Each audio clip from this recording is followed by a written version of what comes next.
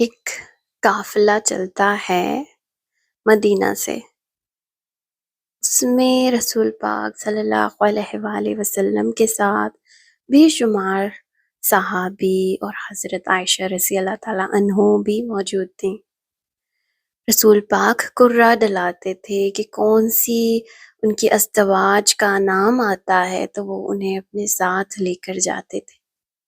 اس مرتبہ حضرت عائشہ رضی اللہ تعالیٰ عنہ کا نام آیا تو انہوں نے اپنے ساتھ حضرت عائشہ کو لیا اور قافلہ روانہ ہو گیا۔ راستے میں کسی ضرورت کی وجہ سے حضرت عائشہ کو اس قافلے سے اترنا پڑا۔ اس زمانے میں خواتین کے لیے خاص تخت بنائے جاتے تھے، اونٹوں پہ رکھے جاتے تھے، وہ بالکل کورڈ ہوتے تھے، اس کے اندر جب کوئی خاتون بیٹھتی تھی تو باہر سے نظر نہیں آتا تھا۔ جب حضرت عائشہ اس اونٹ پر سے اتری اپنی حاجت پوری کرنے کے لیے، جب وہ اس سے فارغ ہو کے واپس آنے لگی تو ان کے گلے میں ایک ہار تھا جو اس وقت گم ہو گیا تھا، تو انہوں نے اسے ڈھونڈنے کی غرض سے وہ واپس اسی جگہ پر جانے لگی جہاں پر وہ اپنی حاجت پوری کرنے لگی تھی۔ جب وہ اس ہار کو ڈھونڈ کر واپس آنے لگی اس قافلے کی طرف تو وہ قافلہ بہت دور جا چکا تھا۔ وہ تھوڑا سا پریشان ہوئی، لیکن انہوں نے مناسب نہ جانا کہ میں اس کے پیچھے بھاگوں۔ انہیں ایسا لگا کہ اگر میں ایسا کرتی تو یہ لوگ غلط سمجھیں گے، ایسا کرتی ہوں کہ یہیں آرام کر لیتی ہوں، تھوڑی دیر بیٹھ جاتی ہوں، یہ لوگ جب دیکھیں گے کہ حضرت عائشہ اس قافلے میں موجود نہیں تو وہ واپس یہاں پر مجھے تلاش کرنے کے لیے آئیں گے۔ حضرت عائشہ وہیں بیٹھ گئیں، شام ہونے لگی، انہیں نیند آنے لگی تو وہ وہیں پر سو گئیں۔ سوتے سوتے ان کا حجاب چہرے پر سے ہٹ گیا۔ پرانے زمانے میں ایک صحابی کو، ایک شخص کو قافلے سے تھوڑی دیر میں اجازت دی جاتی تھی جانے کی، تاکہ اگر کوئی قافلے سے چیز کوئی مس ہو جائے یا کوئی پیچھے رہ جائے تو وہ بندہ اس کو لے لے اپنے ساتھ۔ اس مرتبہ اس کی ڈیوٹی میں آپ کے ایک صحابہ تھے جن کا نام حضرت صفان ابن معطل تھا۔ حضرت صفان جب آگے پہنچے تو انہوں نے ایک لکڑی سی دیکھی دور سے، انہیں لگا کہ کوئی لکڑی سی رکھی ہے راستے میں۔ جب وہ قریب آئے تو انہوں نے دیکھا کہ یہ تو حضرت عائشہ رضی اللہ تعالیٰ عنہ ہے۔ ایسا انہوں نے کیوں کہا؟ کیونکہ جب پردے کا حکم نازل نہیں ہوا تھا تو انہوں نے ان کا چہرہ دیکھا ہوا تھا، تو انہوں نے پہچان لیا کہ یہ حضرت عائشہ ہیں۔ انہوں نے زور سے ایک بلند آواز میں کہا، اِنَّ لِلَّهِ وَإِنَّ إِلَيْهِ رَاجِعُونَ۔ یہ سنتے ہی حضرت عائشہ جاگ گئیں اور فوراً اپنا نقاب صحیح کرنے لگیں۔ انہوں نے کچھ بھی ان صحابی سے نہیں کہا۔ انہوں نے اپنے کیمل پر، اپنی اونٹ پر حضرت عائشہ کو بٹھایا اور اس قافلے کی طرف روانہ ہو گئے۔ چلتے چلتے جب قافلہ پہنچا تو ان کے آنے سے پہلے وہاں پر شور مچ گیا کہ حضرت عائشہ نہیں ہے، حضرت عائشہ نہیں ہے۔ دور سے جب حضرت صفان آتے ہوئے نظر آئے تو ایک وہاں پر منافق جس کو اللہ تعالیٰ نے شدید ترین برا کہا ہے اور رسول پاک نے صاف بتایا تھا کہ یہ منافق ہے، جس کا نام تھا ابیہ ابن سلول، اس نے وہاں پر چیخ و پکار مچا دی کہ نعوذ باللہ، نعوذ باللہ، حضرت عائشہ نے کوئی غلط کام کیا ہے، کوئی بدکاری کی ہے۔ انہوں نے بہتان لگایا حضرت عائشہ پر۔ پرانے زمانے میں جو پروپیگنڈا، جو چیز مشہور کرنی ہوتی تھی وہ بازاروں میں چیخ پکار کر کے اونچی اونچی آواز میں شور مچا کر دی جاتی تھی، ایک سے دوسرے میں، دوسرے سے تیسرے میں، ہر کوئی یہ شور مچاتا۔ ہر کسی نے یقین کرنا شروع کر دیا۔ حضرت عائشہ خاموش تھی، خاموشی سے گھر میں داخل ہوئی۔ رسول پاک سامنے موجود تھے صلی اللہ علیہ وآلہ وسلم، سب لوگ بیٹھے۔ رسول پاک نے حضرت عائشہ سے فرمایا، یا عائشہ بتاؤ سچ کیا ہے؟ حضرت عائشہ بہت رو رہی تھی، بہت رو رہی تھی۔ انہوں نے فرمایا، اگر میں جھوٹ بولتی ہوں تو سب مجھ پر یقین کریں گے، اگر میں سچ بولتی ہوں تو کوئی بھی میرا یقین نہیں کرے گا۔ حضرت عائشہ نے اپنے والد حضرت ابو بکر کی طرف دیکھا کہ ابا جان کچھ کہیے، خاموش ہو گئے کہ بیٹا میں کچھ نہیں کہہ سکتا۔ انہوں نے اپنی والدہ کی طرف دیکھا، کہا اماں جان کچھ کہیے، وہ بھی خاموش رہیں۔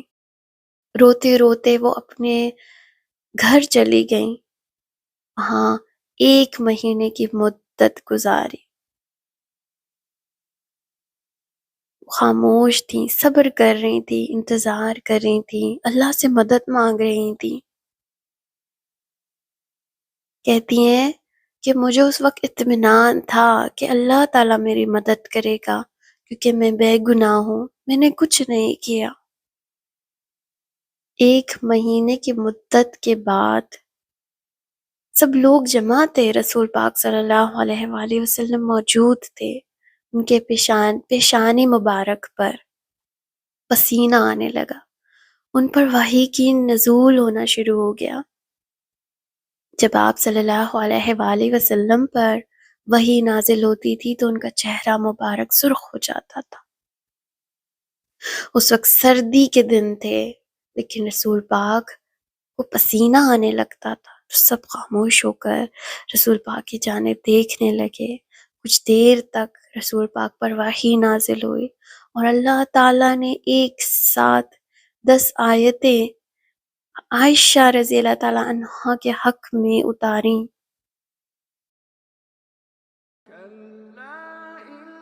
وہ بہتان لگانے والے اس بات پر 4 گواہ کیوں نہیں لے کر آئے؟ اب جب کہ وہ گواہ نہیں لائے تو اللہ کے نزدیک وہی جھوٹے ہیں۔ اور اگر تم پر دنیا اور آخرت میں اللہ کا فضل اور اس کی رحمت نہ ہوتی تو جن باتوں میں تم پڑ گئے تھے ان کی وجہ سے تم پر اس وقت سخت عذاب آ پڑتا۔ جب تم اپنی زبانوں سے اس بات کو ایک دوسرے سے نقل کر رہے تھے اور اپنے منہ سے وہ بات کہہ رہے تھے جس کا تمہیں کوئی علم نہیں تھا، اور تم اس بات کو معمولی سمجھ رہے تھے، حالانکہ اللہ کے نزدیک وہ بڑی سنگین بات تھی۔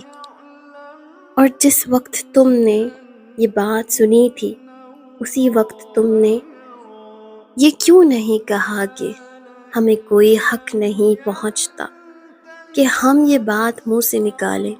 یا اللہ، آپ کی ذات ہر عیب سے پاک ہے، یہ تو بڑا زبردست بہتان ہے۔ اللہ تمہیں نصیحت کرتا ہے کہ پھر کبھی ایسا نہ کرنا اگر واقعی تم مومن ہو، اور اللہ تمہارے سامنے ہدایت کی باتیں صاف صاف بیان کر رہا ہے، اور اللہ علم کا بھی مالک ہے، حکومت کا بھی مالک ہے۔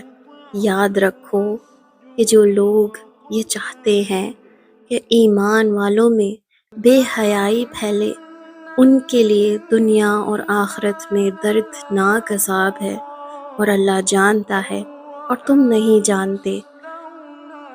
اور اگر یہ بات نہ ہوتی کہ اللہ کا فضل اور اس کی رحمت تمہارے شامل حال ہے، اور اللہ بڑا شفیق ہے، بڑا مہربان ہے، تو تم بھی نہ بچتے۔ اے ایمان والو، تم شیطان کے پیچھے نہ چلو، اور اگر کوئی شخص شیطان کے پیچھے چلے تو شیطان تو ہمیشہ بے حیائی اور بدی کی تلقین کرے گا، اور اگر تم پر اللہ کا فضل اور رحمت نہ ہوتی تو تم میں سے کوئی بھی کبھی پاک صاف نہ ہوتا، لیکن اللہ جس کو چاہتا ہے پاک صاف کر دیتا ہے، اور اللہ ہر بات سنتا، ہر چیز جانتا ہے۔ اور تم میں سے جو لوگ اہل خیر ہیں اور مالی وسعت رکھتے ہیں، وہ ایسی قسم نہ کھائیں کہ وہ رشتہ داروں اور مسکینوں اور اللہ کے راستے میں ہجرت کرنے والوں کو کچھ نہیں دیں گے، اور انہیں چاہیے کہ معافی اور درگزر سے کام لیں۔ کیا تمہیں یہ پسند نہیں ہے کہ اللہ تمہاری خطائیں بخش دے، اور اللہ بہت بخشنے والا بڑا مہربان ہے۔ یاد رکھو کہ جو لوگ پاک دامن بھولی بھالی مسلمان عورتوں پر تہمت لگاتے ہیں، ان پر دنیا اور آخرت میں پھٹکار پڑ چکی ہے، اور ان کو اس دن زبردست عذاب ہوگا جس دن خود ان کی زبانیں، ان کے ہاتھ اور ان کے پاؤں ان کے خلاف اس کرتوت کی گواہی دیں گے جو وہ کر رہے ہیں۔ دن اللہ ان کو وہ بدلہ پورا پورا دے دے گا جس کے وہ مستحق ہیں، اور ان کو پتہ چل جائے گا کہ اللہ ہی حق ہے اور وہی ساری بات کھول دینے والا ہے۔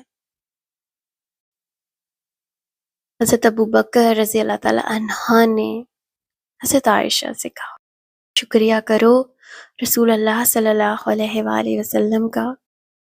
حضرت عائشہ نے کہا، میں اللہ کا شکر کروں گی، اللہ نے یہ سب کچھ کہا ہے، اللہ نے اس بہتان کو مجھ سے دور کروایا ہے۔ حضرت عائشہ نے اللہ کا شکر کیا۔ دیکھیں، ہم بہت سے لوگوں پر بہتان لگاتے ہیں، وہ چیز جانے بغیر ہم بہت سارے لوگوں کو کچھ نہ کچھ کہہ دیتے ہیں، جانے بغیر اس کے کریکٹر کے بارے میں باتیں کرتے ہیں۔ آپ کو کیسے معلوم؟ وہاں تو صرف اللہ موجود تھا نا۔ اس کہانی سے، اس سچے واقعے سے ہمیں سبق حاصل کرنا چاہیے کہ ہمیں کسی پر بہتان نہیں لگانا۔ جزاک اللہ خیر۔ السلام علیکم ورحمۃ اللہ وبرکاتہ۔